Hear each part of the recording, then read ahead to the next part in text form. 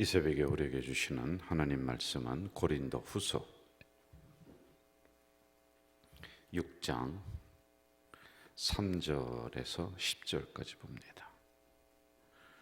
고린도 후서 6장 3절부터 10절까지 우리 한 절씩 교독하도록 하겠습니다. 3절부터 10절. 우리가 이 직분이 비방을 받지 않게 하려고 무엇이든지 아무에게도 꺼리끼지 않게 하고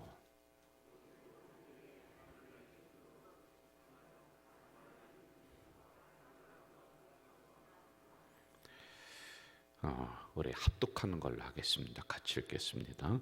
매맞음과 갇힘과 난동과 수고로움과 자지 못함과 먹지 못함 가운데서도 깨끗함과 지식과 오래 참음과 자비함과 성령의 감화와 거짓이 없는 사랑과 진리의 말씀과 하나님의 능력으로 의의 무기를 좌우에 가지고 영광과 욕됨으로 그러했으며 악한 이름과 아름다운 이름으로 그러했느니라. 우리는 속이는 자 같으나 참되고 무명한 자 같으나 유명한 자요 죽은 자 같으나 보라 우리가 살아있고 징계를 받는 자 같으나 죽임을 당하지 아니하고 근심하는 자 같으나 항상 기뻐하고 가난한 자 같으나 많은 사람을 부유하게 하고 아무것도 없는 자 같으나 모든 것을 가진 자로다. 아멘. 오늘의 말씀의 주제는 하나님의 일꾼이라고 하는 그 주제를 가지고 새벽에 이제 간단하게 우리가 묵상을 좀 할 겁니다. 근데 일꾼 하면은 목사님들이나 일꾼이지 우리가 일꾼이냐? 그게 아니에요. 여러분들은 하나님의 일꾼으로 다 불렀습니다. 그래서 일꾼은 모든 성도를 의미하는 것이다. 이걸 먼저 알고 들어가야지만이 돼요. 저희들 시골에서 이웃집에 아니라 저희들 큰 집이었어요. 큰 집에 머슴이 있었습니다. 그 사랑방에 자고 먹고 하면서 머슴 되는 그 친구가 이렇게 있었습니다. 그런데 그 머슴을 보면은 아침에 일찍 일어나요. 그리고 저녁 늦게까지 일을 합니다. 저희 큰아버지가 나무 해와라 그러면 나무 해오고 오늘은 논일해라 밭일해라 이렇게 이제 그 일을 지시를 하더라고요. 그럼 큰아버지가 시키는 그 일을 이 머슴인 친구예요. 약간 좀 뭐 지능이 좀 떨어집니다만은 이 친구가 그냥 그대로 잘 순종하면서 그걸 이렇게 해내더란 말입니다. 자기 생각보다 머슴은 주인의 생각이 우선되는 거란 말입니다. 자, 4절을 한번 좀 봅시다. 4절 같이 읽어봅시다. 오직 모든 일에 하나님의 일꾼으로 자천하여 많이 견디는 것과 환난과 궁핍과 고난과 하나님의 일꾼으로 이렇게 나와 있어요. 일꾼, 머슴. 어떤 목사님은 이런 얘기를 해요. 자기는 머슴이다. 성도들을 섬기는 머슴이요 교회를 섬기는 머슴이다. 그래서 머슴, 목회 뭐 이런 이야기를 합니다. 그런데 일꾼이라고 하는 이 단어는 봉사, 섬김, 헬라어로는 디아코노이 이렇게 이야기를 합니다. 그러면 하나님의 일꾼은 어떤 모습으로 살아가야 되는가 여러분을 얘기하는 거예요. 목사인 저만이 아닙니다. 여러 가지가 있습니다. 그러나 항상 본문 중심으로 말씀 중심으로 우리가 이것을 살펴야지만이 돼요. 첫째, 4절에 보니 자천하여 이렇게 나와 있습니다. 자천이라고 하는 것은 스스로 부끄럽게 여기지 않는다 이런 뜻이에요. 여러분 세상적으로 머슴은 내세울 게 없습니다. 그러나 우리는 하나님의 일꾼이에요. 하나님의 종으로 부르심을 받았어요. 여러분 성도라고 하는 이름은 그 어디에 내놔도 부끄러움이 없는 거예요. 하나님의 일꾼이란 이름, 집사라는 이름, 장로라는 이름, 목사라는 이름, 여러분 이거 지키려고 우리가 목숨 걸어야 되는 거예요. 이거 우리가 세상에 그 무엇과 바꿀 수 없는 아주 소중한 거예요. 권사라는 이름, 이게 세상의 모습과 똑같은 게 아니에요. 하나님이 고르셔서 하나님의 자녀로, 일꾼으로 불러주셨다라고 하는 자천하는 마음, 이게 우리에겐 있어야지만 된다. 소중하게 생각해야지만이 된다라는 겁니다. 두 번째 보면 4절에 많이 견딘다라는 이 말씀이 나오고 있어요. 여러분, 일꾼은 견디는 거예요. 안 입고 와도 견디는 거예요. 힘들어도 견디는 거예요. 그런데 여기서 견딘다, 인내한다라는 것과 일맥상통합니다. 교회에서 우리가 신앙생활하고 이런저런 봉사를 하다 보면 여러분 어떻습니까? 힘들죠. 사람들에게 다 박수 받겠습니까? 어느 때는 비난받기도 하고. 그런데도 우리는 일꾼이기 때문에 견디는 거예요. 일꾼은 반드시 나중에 품삯을 계산해서 주는 겁니다. 그래서 나중에 하나님이 우리에게 면류관을 주실 그때가 있단 말이죠. 그것을 바라보면서 자발적 기쁨으로 인내하는 것이다 라고 하는 것입니다. 서운한 소리 있으면 은혜로 그 서운함을 소화시켜야 돼요. 그게 일꾼이 가져야 될 자세입니다. 그냥 누가 무슨 소리 하면 나는 한마디 하면 두마디, 세마디, 네마디, 그냥 10마디로 대갚아준다. 일꾼은 그게 아니에요.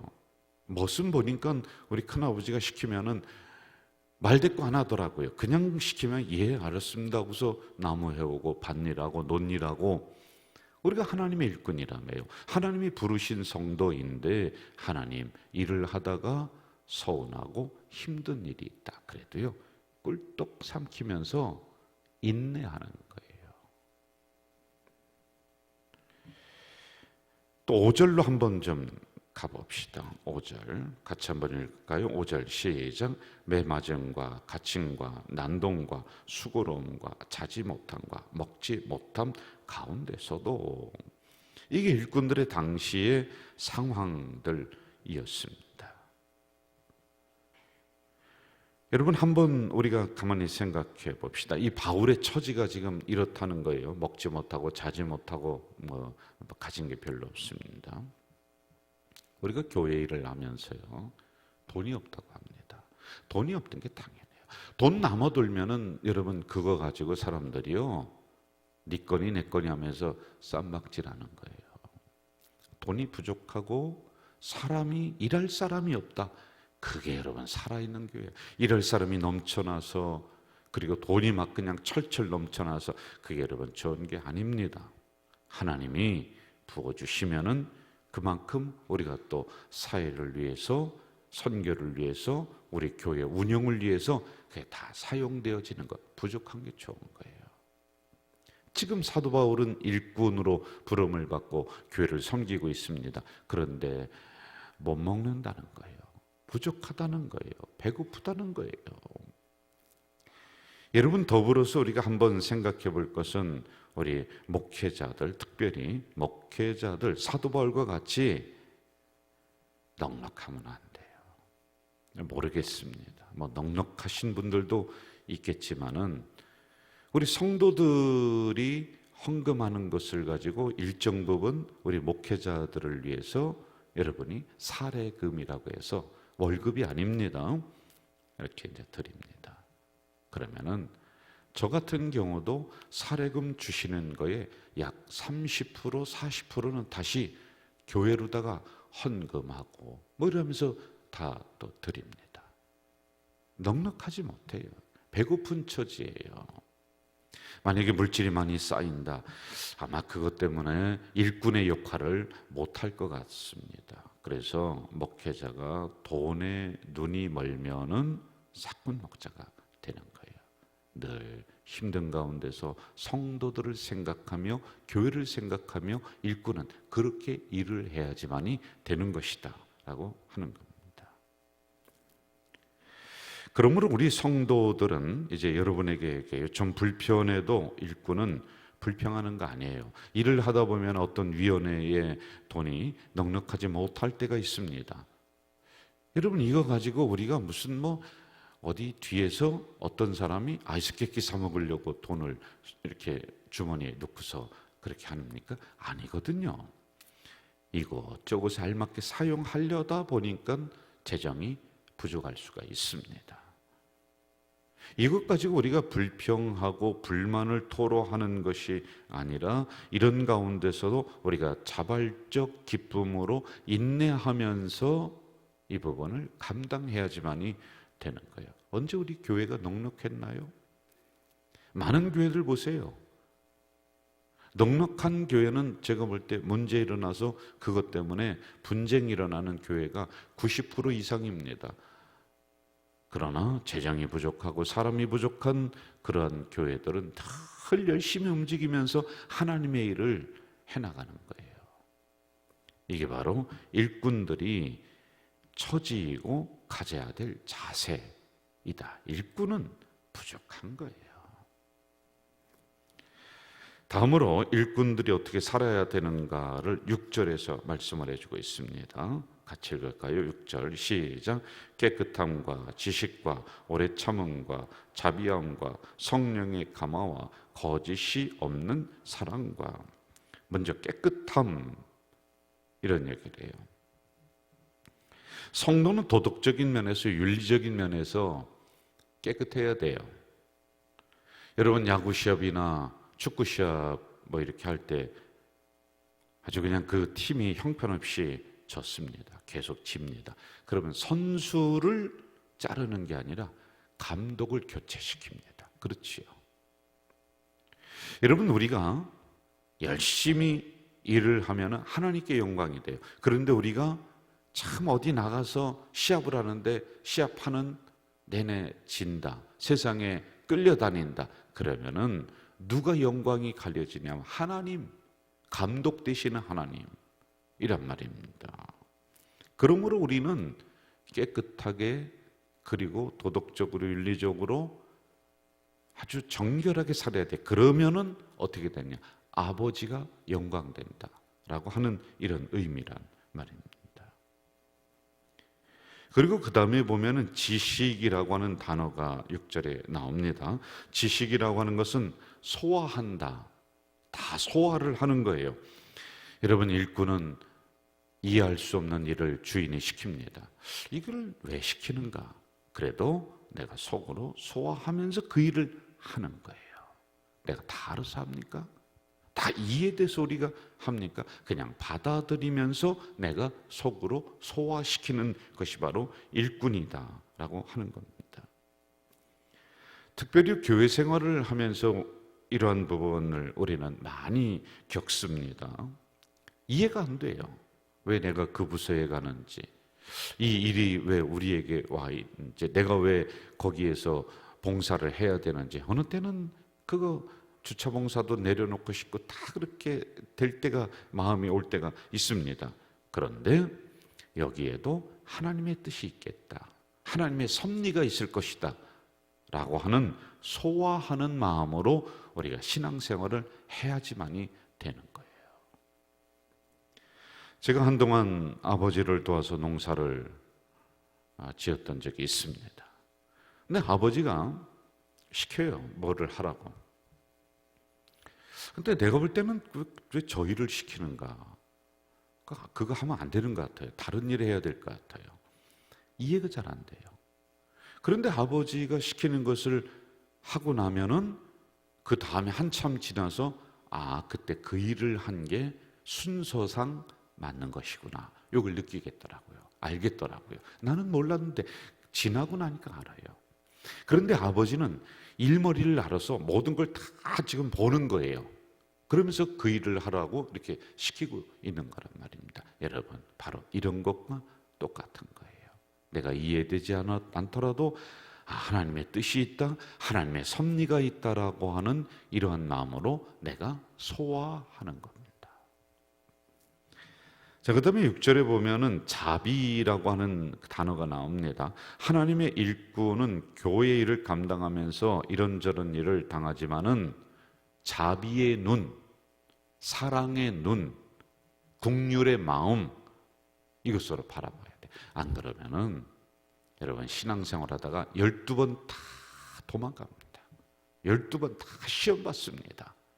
그런데 자비의 눈, 사랑의 마음으로 그 일을 바라봐야 돼요. 그게 바로 일꾼들이 가져야 될 자세이다라고 하는 겁니다.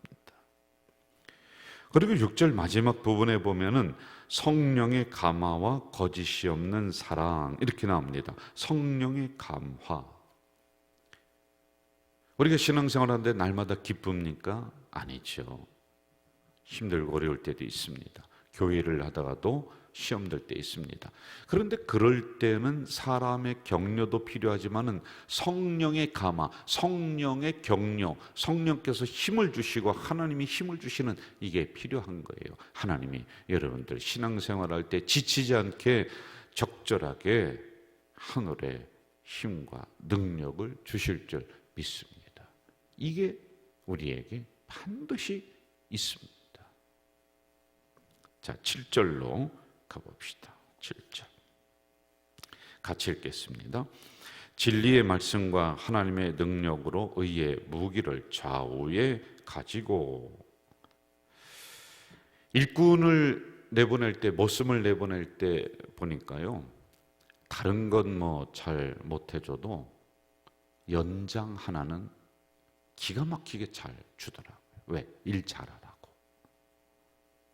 연장도 시원찮게 주고 와서 일하라고 그러면요, 일 못합니다. 연장은 최고로다가 해주는 거예요. 머슴을 부릴 때도 이렇게 하는데 하나님의 일꾼인 여러분들을 세상에 내보낼 때 그냥 내보내겠느냐라고 하는 거예요. 오른손에는 하나님의 말씀을, 왼손에는 하나님의 능력을 양손에 연장을 들려서 세상으로 나가라, 삶의 현장으로 나가라. 그래서 악한 마귀 사단에게 지지 말고 하나님의 말씀으로 이겨라. 그리고 왼손에 있는 하나님의 능력으로 그들을 물리치고 이겨나가라. 하나님의 말씀과 능력이라고 하는 이 연장을 우리에게 들려주신다. 저는 오늘도 여러분들 오른손에 하나님의 말씀, 왼손에는 하나님의 능력이라고 하는 이 날카로운 연장을 가지고 세상을 향해 나가서 승리하는 우리 공동체 되시길 주의 이름으로 축원합니다. 악한 마귀와 싸워서 이길 줄로 믿습니다. 우리 9절로 한번 좀 가봅시다.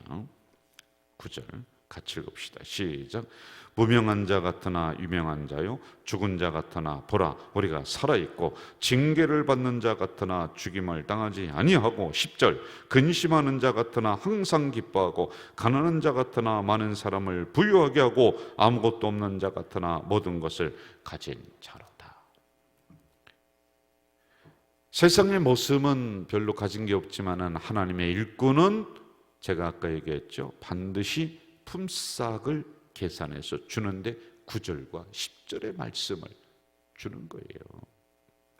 죽은 자 같지만은 살아있는 사람이다. 징계받는 것 같지만 아니다. 근심하는 자 같으나 기뻐한다. 가난한 자 같으나 부유한 사람이다. 아무것도 없는 자 같으나 모든 것을 가진 사람이 바로 우리 새벽에 나오신 여러분들, 우리 가자 공동체 성도들인 줄로 믿습니다. 오늘도 오른손에는 하나님의 말씀과 왼손에는 하나님이 주시는 권세와 능력을 가지고 삶의 현장에 나갈 때 악한 마귀가 물러가고, 9절과 10절에 있는 이 놀라운 말씀이 여러분들 삶의 현장에서 일어날 줄 믿습니다. 기도하겠습니다. 전능하신 아버지 하나님, 이 새벽에 연약한 저희들을 또 불러주셨습니다. 점점 새벽 기도회가 많이 나오게 하시니 감사합니다. 우리 교회가 하나님 앞에 기도하는 일, 예배 드리는 일, 영혼 구원하는 일에 특심을 내고 있습니다. 이것이 바로 살아있는 교회인 줄 믿습니다. 오늘 하나님의 일꾼으로 우리를 부르셨는데 어찌 목사만 불렀겠습니까? 모든 성도가 하나님의 일꾼이라 하셨습니다. 품삯 계산해 주시는데, 죽은 자 같으나 살아있는 사람이다. 무명한 자 같으나 유명한 사람이다. 근심하는 자 같으나 기뻐하고 가난한 자 같으나 부유한 사람이고 아무것도 없는 자 같으나 모든 것을 가진 사람이 바로 하나님의 귀한 성도들인 줄로 믿습니다. 오늘도 오른손에 하나님의 말씀 가지고 왼손에 하나님의 능력 가지고 삶의 현장에 나가서 악한 마귀 사단 권세 물리치며 나가는 이 하루가 될 수 있도록 역사해 주시옵소서. 특별히 아버지 하나님, 오늘 뇌 수술을 하는 귀한 우리 집사님 계십니다. 하나님이 집도이가 되시어서 하나님이 신경세포 조직 하나도 상함이 없도록 깨끗하게 치료해 주시옵소서. 예수님의 이름으로 기도하옵나이다. 아멘. 하늘에게